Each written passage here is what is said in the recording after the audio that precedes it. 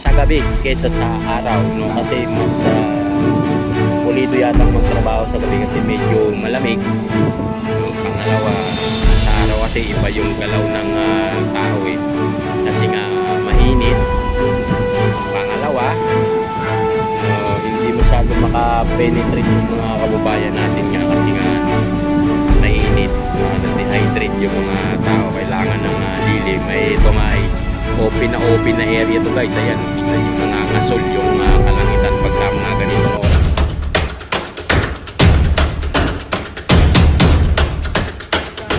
Magandang araw sa inyo lahat. Dito sa South Railway Project ng Santa Rosa, Laguna. Ito yung kanilang mga materials na bago rito guys. Ayan kung gaano kadami. Ayan yung kanilang area dito sa Santa Rosa, Laguna guys. Ayan guys yung bundok na natatong yan. Kalambana yan Kalambana. So yun, marami silang activity ngayon. Medyo malamig ang panahon.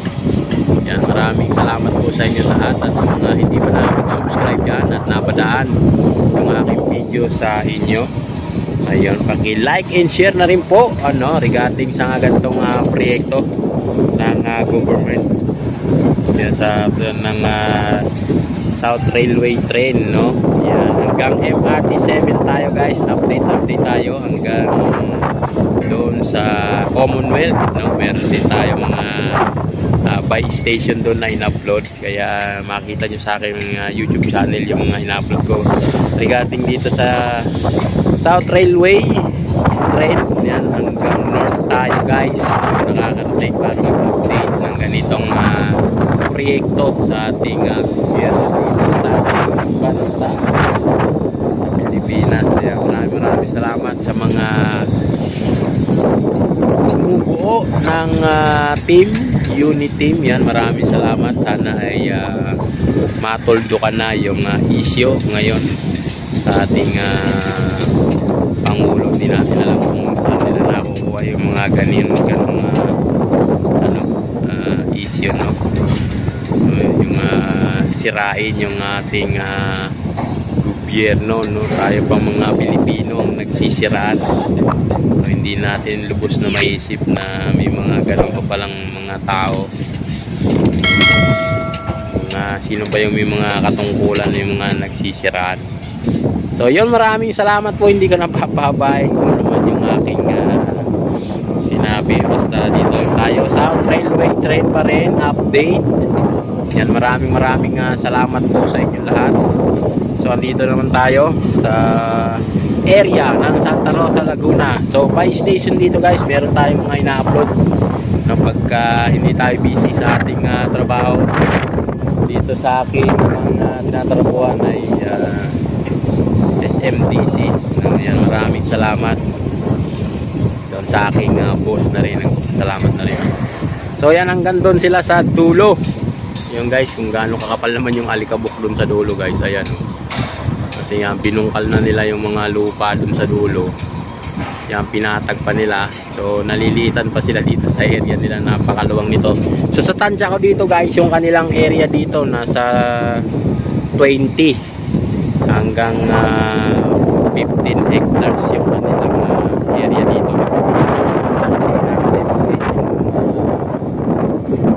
Prikas guys dito sa lugar na to.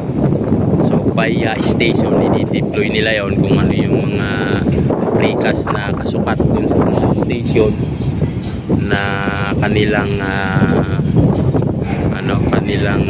gagawin, no? Dito kasi i-assemble yan by station. Dito i-assemble sa lugar na to yung mga prikas. So yung mga nandun sa lugar na yun guys, ayan, yan yung mga parang tube.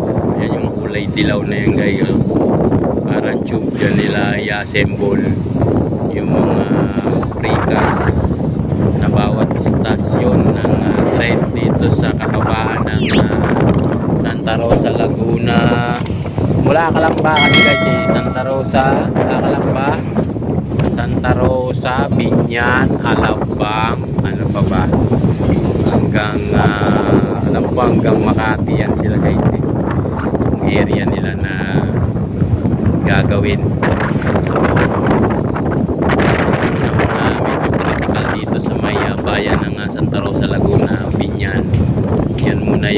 kanilang inaayos at kinukumpuni dito sa lugar na to. Papakita ko sa inyo guys kung gaano kaluwang yung kanilang ano dito. Ayan o. Ayan. Yan, meron nga silang mga activity dito. Doon naman, ina-assemble nila yung yan guys. So, hindi ko pa alam kung ano yan eh. Sabi nila ano daw yan eh. Parang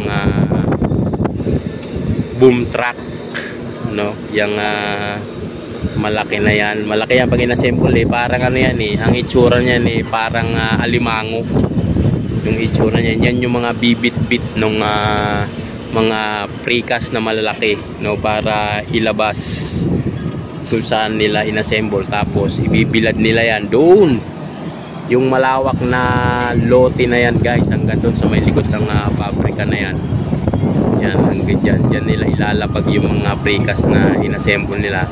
Pag binaklas nila yan galing doon sa tube, yan, dyan nila ilalatag at dyan nila papainitan para tumigas at tumibay yung mga precast na yun guys. Yung kanila namang area dito, ayan, meron naman sila ditong ginagawa guys eh, ayan.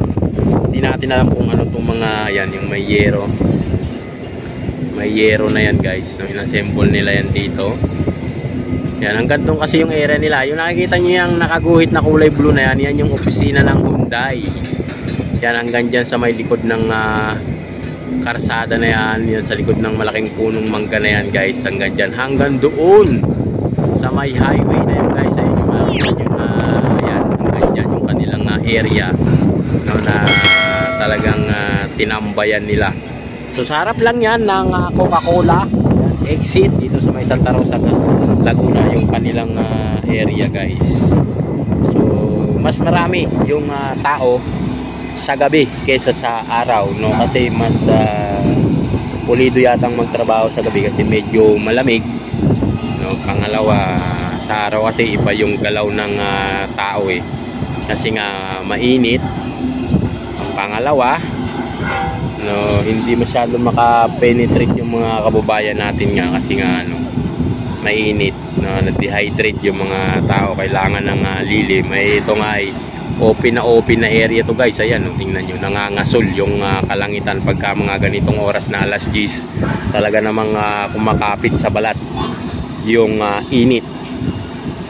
Okay, medyo mahina-hina yung stamina mo dito, ay bibigay ka. So ayan, meron naman silang bubuhusan. Yan, concrete gutter. Hanggang doon yan guys, napakahaba niyan. Ayan, tentiin natin. Ayan, hanggang doon po yan. Hanggang doon sa hinuhukay nila na yun. Ayun, may mga boom truck doon at loader bulldozer na nagkakalkal pa ng lupa doon sa may bandang dulo na yun. Tatlong espasyo kasi yan guys eh. Yung unang pinakita ko, ayan, yung pangalawa, yung nasa gitna. At yung pa, ayan, sa gilid. Ayan, ayan, sa gilid. Hanggang doon din po yan sa unahan ng area. Yun, hanggang doon. Yan, medyo nakazoom na yung cellphone natin kaya medyo naninag nyo lang hanggang doon sa mga truck na yan. At doon, hanggang doon sa may sagingan. Yan, binubungkal nila yan guys. Pinapatag pa. Ganon kaluwang yung area nila dito guys na nakuha dito sa may Santa Rosa. Napaka nito, swerte nung hayari ng lote na to kasi ito ay for rent lang to sigurado, no. Pag natapos yung project nito ay kakalas-kalas na to dito, no, kalas-kalas na to dito sa lugar na to yung mga yung Hyundai company na yan, kaya yun yung kanilang area. So hindi natin alam kung ano naman lang susunod na hakbang dito ng may-ari, kung ano naman ang gagawin niya. Ayan guys, meron naman silang binubuo dyan yan, no? Ay, hindi ko alam kung opisina yung ginagalawan nila na yan. Dito, ayan, no, may mga tao rin dyan na nagtatrabaho. Ayan, mukhang bubuhusan na naman yan. Gabi-gabi meron silang buhos dito eh. Ayan, hanggang doon yan guys, oh. Parang runway na ng eroplano yan guys, no? Paulit-ulit natin na sabi yung magkano kaluwang. Ayan, tapos dito yung mga heavy equipment nila guys na isang katutak, oh. So hanggang doon pa meron pa rin silang kinikinis doon sa bandaron. Ayan, hanggang doon sa area na yun. Ayan, oh, sa likod ng mga pabrika na kasi yan guys, yung likod niyan. Ayan, so may mga bakanting lote pa dyan, baka akupahin na nila yan pagka dumami yung kanilang mga heavy equipment dito. Yan yung mga bago nilang materialis na beam. Sobrang lalaki niyan guys. Malayo na yan dito sa kinakatayuan ko, pero malalaki na. Lalo na kung makadikit pa tayo dyan. Lalaki na yan guys. Hanggang doon sa area na yun. Ayun. Yan, hanggang dyan sa may nasunog na building na yan. Ayan. Hanggang doon sa lugar na yun guys. Ayan. Ayan, maraming salamat po sa inyong lahat. Yan, sa walang sawa ninyong pagsubaybay sa aking YouTube channel. Pag like, share lang ay masaya na si host. Yan, may nag-iwan lang po kayo ng message. Masaya na kami. Yan, thank you very much po sa inyong lahat. Yan. Kaya yun, hanggang dito na lang. Ako ay mag-iwan ng isang magandang araw po sa inyong lahat. Sana po ay ingat tayong lahat, no? Ano man ang ating ginagawa, ingat po tayo. Kaya maraming salamat po sa inyong lahat. Papaalam na.